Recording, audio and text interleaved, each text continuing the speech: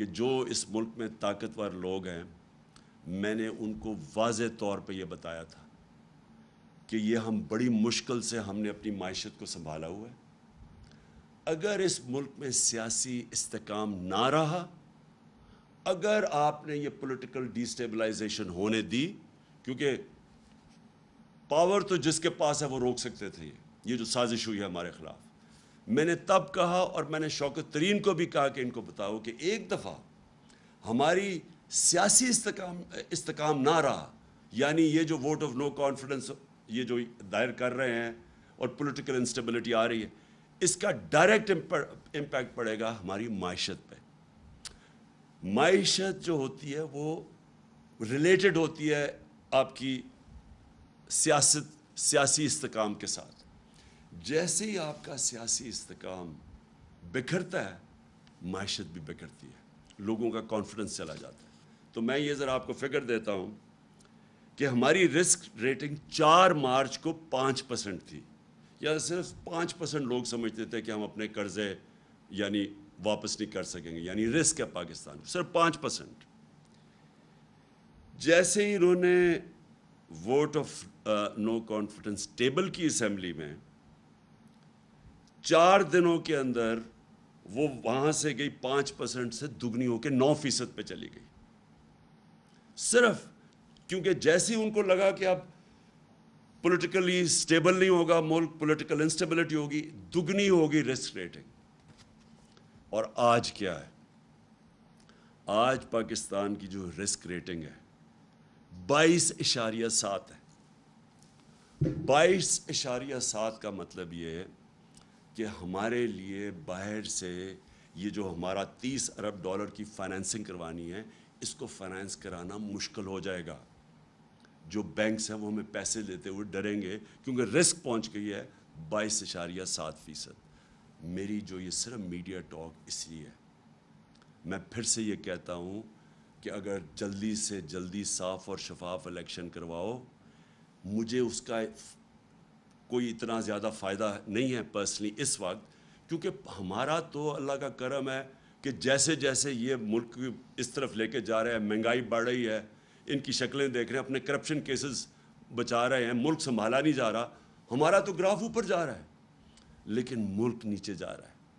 اور یہ جو میں نے آپ کو بتایا کہ اگر اس ملک میں پولیٹیکل سٹیبلٹی نہیں آتی، یہ اس کی اکانومی اب سٹیبلائز نہیں ہونے لگی. ہماری جو اکانومی ہے، جو ہماری معیشت ہے، یہ اب نیچے جائے گی. اور نظر آ رہا ہے کہ مارکیٹ کو کوئی اب اعتماد ہی نہیں ہے، نہ اندر مارکیٹ کو اعتماد ہے نہ باہر. اس لیے میں آج سب کو کہنا چاہتا ہوں، اپنی قوم کو، کہ جلدی سے جلدی الیکشن کروائیں پاکستان کو اس دلدل سے نکالنے کے لیے، جس دلدل میں بڑی تیزی سے یہ امپورٹڈ حکومت ہمیں دھکیل رہی ہے. سازش تو انہوں نے کر دی، اپنے کرپشن کیسز کے اوپر تو انہوں نے آتے ساتھ ہی فیصلے کروا لیے. اب رمضان شوگر مل ان کی اس کے تو کیس فوری لگا ہوا کہ جی اس کا کیس ختم کرو. ایف آئی اے کا جو شہباز شریف اور بیٹوں کا 16 ارب کا کیس تھا، وہ بھی 4 گواہ بھی اللہ کو پیارے ہو چکے ہیں. مقصود چپڑاسی بھی چلا گیا ہے، جو انویسٹیگیٹ کر رہا تھا ڈاکٹر رضوان وہ بھی نہیں ہے. وہ تو ہو رہا ہے سارا کچھ، ملک کو یہ نیچے لے کے جا رہے ہیں. تو آج میں اپنی ساری قوم سے اپیل کرتا ہوں کہ یہ اس ملک کو اگر ہم نے مزید اس دلدل سے نکالنا ہے، اس طرح کی مہنگائی سے بچانا ہے جس طرف جا رہی ہے چیزیں مہنگی. آئی ایم ایف نے کہا ہے کہ ابھی بجلی اور مہنگی ہونے والی ہے، ان کی رپورٹ میں ہے. ہم نے اپنے ملک کو انتشار سے بچانا ہے. فوری طور پہ صاف اور شفاف الیکشن اناؤنس کیے جائیں. جتنی یہ دیر کرتے جائیں گے بحران بڑھتا جائے گا. اور پھر سے مجھے خوف ہے کہ ایسا نہ وقت آ جائے کہ سب کے ہاتھ سے یہ نکل جائے.